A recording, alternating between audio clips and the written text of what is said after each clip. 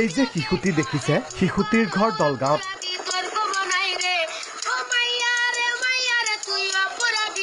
2 বছৰৰ পৰা সন্ধানহীন হৈ আছে শিশুটি। হাতৰ মুঠি দুটা শিলগুটি লৈ এই গান গোৱা দৃশ্য কিন্তু অসমৰ কোনো স্থানত নহয়। শিশুটিয়ে বাংলাদেশত গৈ এনেদৰে গান গাই জীৱন কটাইছে।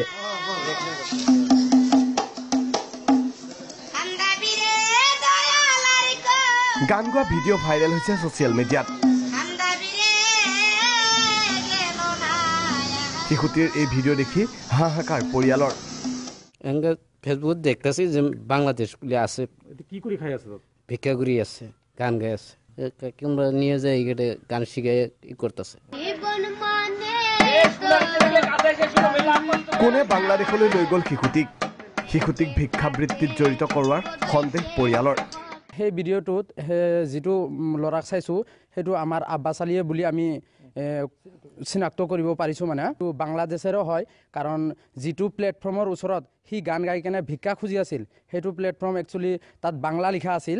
দূৰ চক্ৰান্ত কৰি কেনে বা এজেণ্টৰ থ্ৰুৰে হয়তো বা ইয়াৰ পৰা গুৱাহাটীৰ পৰা তাতে গৈছে। দলগাঁৱৰ কছাৰীপাৰা গাঁৱৰ শিশুটিৰ নাম আব্বাছ। খাৰুপেটীয়া থানাত ইতিমধ্যে আব্বাছৰ পৰিয়ালে ৰুজু কৰিছে গোচৰ।